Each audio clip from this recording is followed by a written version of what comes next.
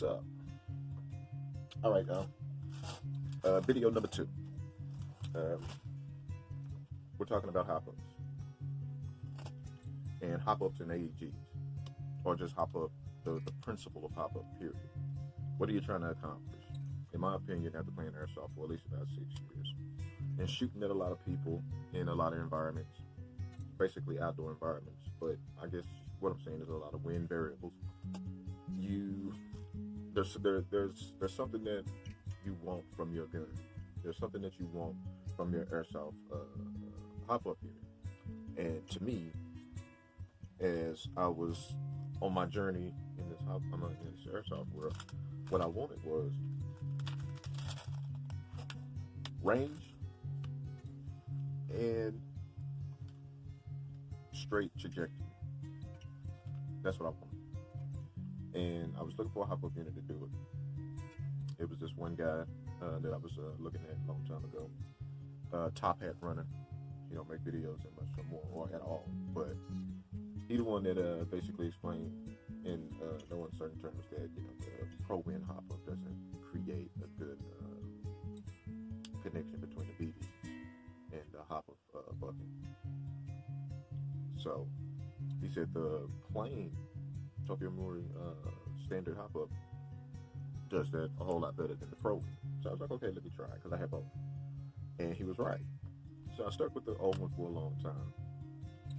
But I started researching and found the max hop-up unit and the regular rotary style hop-up units. The difference between the rotary style and the standard units is that this arm right in there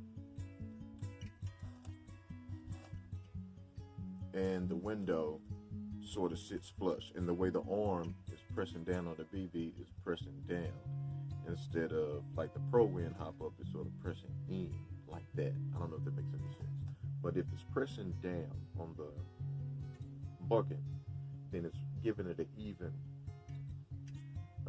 pressure around the BB, so the BB doesn't deviate too much. It just rolls, right off the hop up, therefore giving it that straight trajectory. Now you can imagine that if the BB is, if the hop up is a little left, little right, sort of deviate, and has some defections, then it's not gonna fly straight. It's gonna be all over the place, and especially if it doesn't have an even air seal around the hop up bucket. So I got the max hop-up unit. The max hop-up unit was not optimal. When I tried to put it in, the BBs kept jamming. I didn't understand why. So I had to do some research.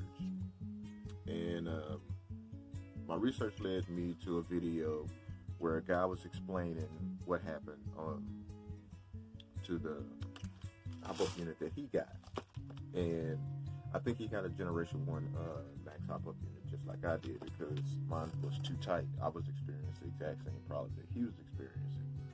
And hopefully I can get that video and share it with you. Alright, so the problem with this tablet was that because your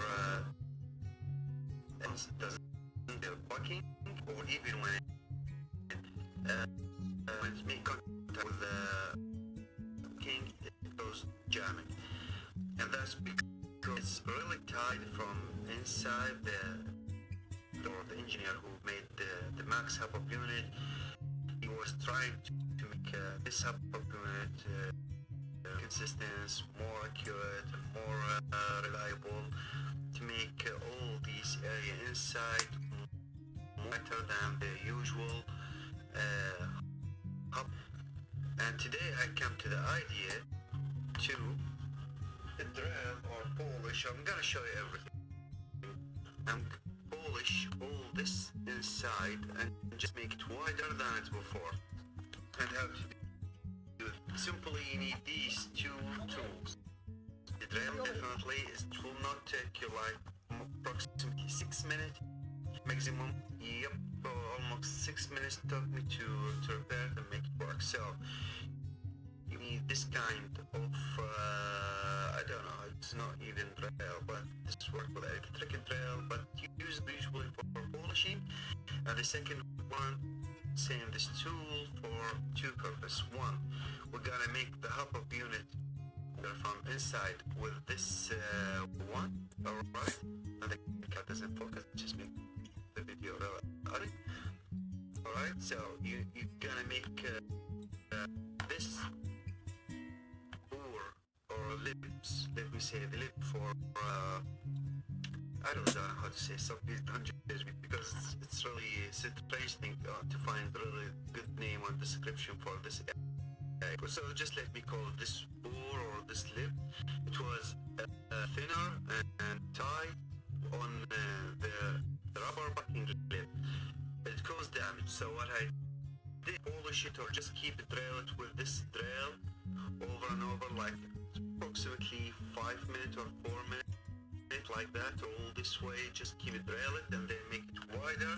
And later when I done, I did use this tool again to because this is aluminium, so it's easy and fast to polish it or just to make it wider, I mean.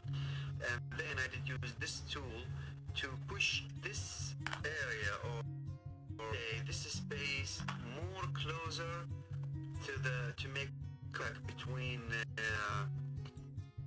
ink and the air nozzle. Like for example, this is just an example. Let me say like the rubber backing was here. One rubber example. Alright. So let me say the rubber backing was stopping here, and then the air was hard to reach it. Even when the longest air nozzle reached it, it caused jamming because again it was tight and narrow. Now what I did, polishing and just make enough space, just like that inside the hub-up unit, and just keep make a large space to the hub-up unit, the rubber backing, and now the rubber backing fit here. All right. So, after a while, I finally got it to where I wanted to get it. And I must say, after working with it and get the maximum amount of play from it, turned out pretty well. Right now, it's not very windy. The wind is sort of going to the left, but it's sort of deviating to the right too. Sort of crosswinds, I guess. But it's flying pretty straight. I must say, if you are a seasoned airsofter and you want to optimize your gun and you want to optimize your range, what you will have to do is get the Max ME Hopper, but it works. So we're gonna take a couple more shots and see if it's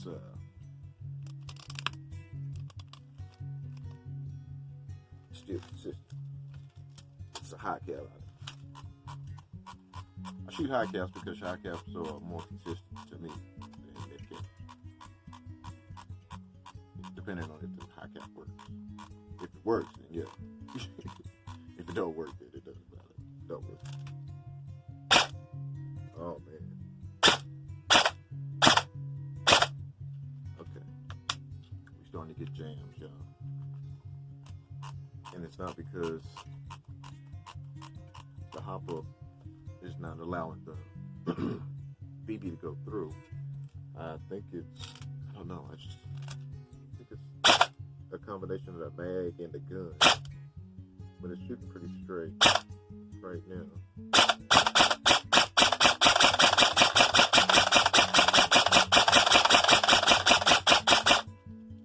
Okay, with that little burst,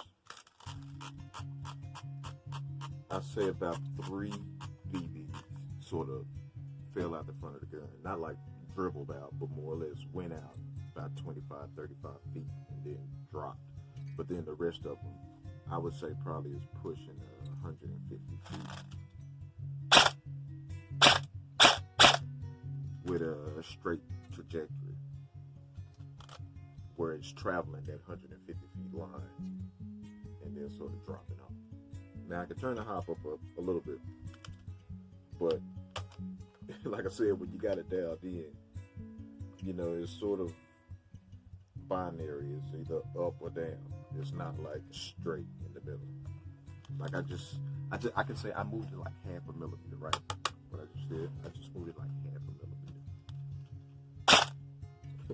And it's going straight up. So that doesn't work. So we're gonna have to go back down. The charging handle doesn't work with the gun, so I have to manually hold the dust cover back. I'm gonna move it about a millimeter back. Barely touch.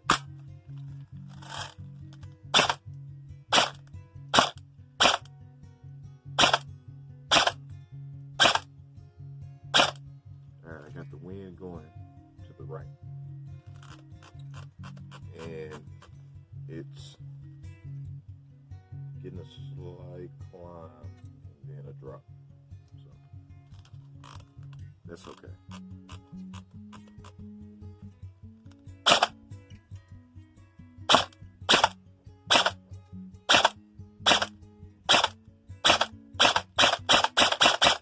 But still straight. I'm gonna give it a little bit more. See if I can get that as straight as possible. Because after a while, they start to drop, so that means that the hop up is sort of sitting. So maybe just a millimeter more, and then like half a millimeter back. Oh yeah, there we go.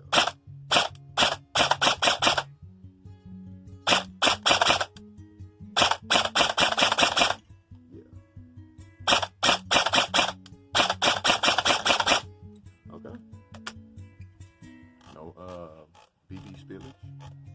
BBs are flying consistently straight. So, yeah.